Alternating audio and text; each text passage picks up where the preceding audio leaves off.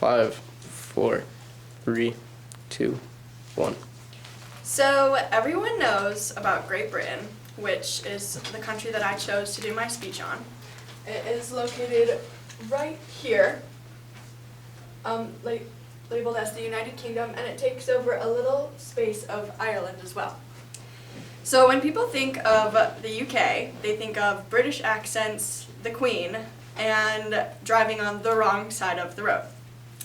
However, there is more to the UK than just the way they pronounce words and their driving habits.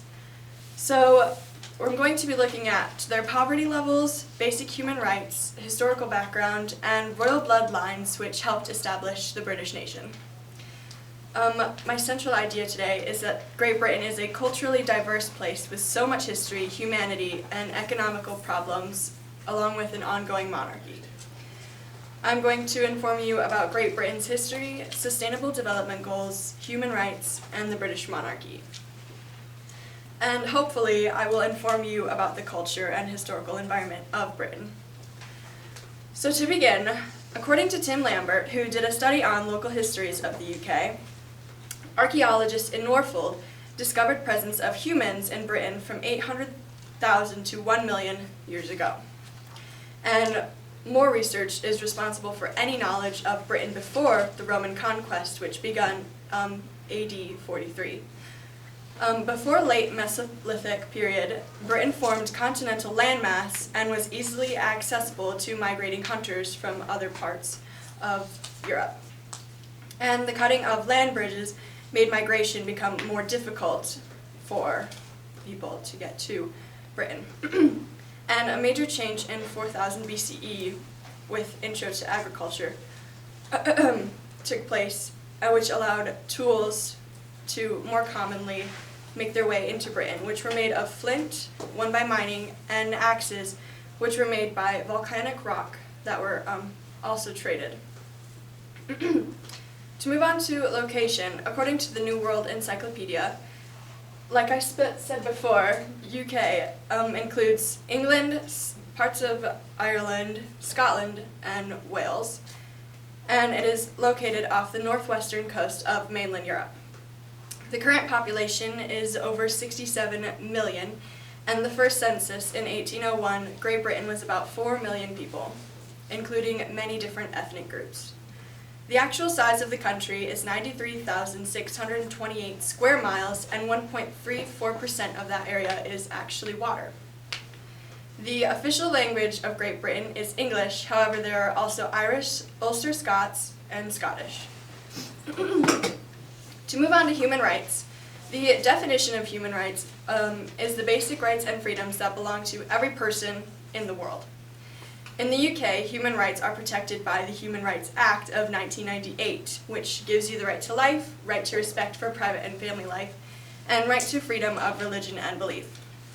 However, recently, the government cut up to $1,439 per year, saying it was ending a COVID-19 relief measure.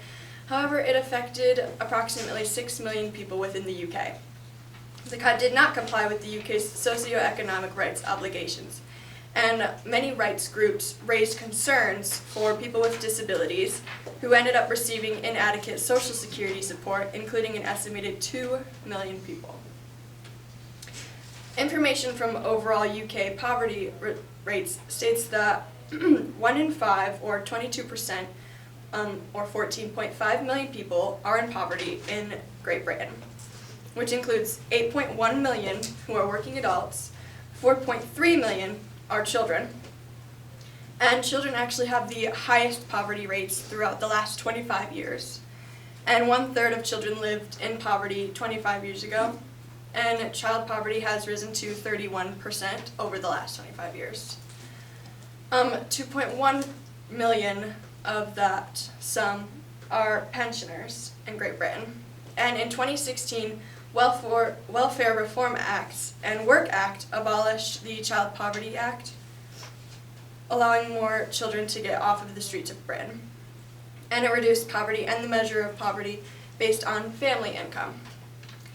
To move on to the British royalty, according to Smithsonian Associates, the British royalty dates back all the way to 827 BC.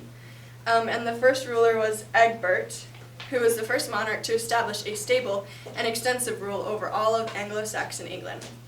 He reigned from 827 to 839 BC, and he was actually exiled to France by West Saxon King Beorhtric and his allies, which took a break in his reign.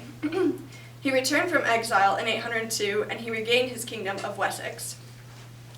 In 851, Æthelwulf defeated Danish army, while eldest son fought and defeated a Viking fleet off coast of Kent in Europe. So Kent is to be believed to be the first naval battle recorded in the English history. So dating back, the recently deceased Queen Elizabeth's oldest ancestor is Theodoric of Wettin, and he's known to live around 916 to 976 BC. And Queen Elizabeth was the 38th indirect line of descent from Egbert through marriage.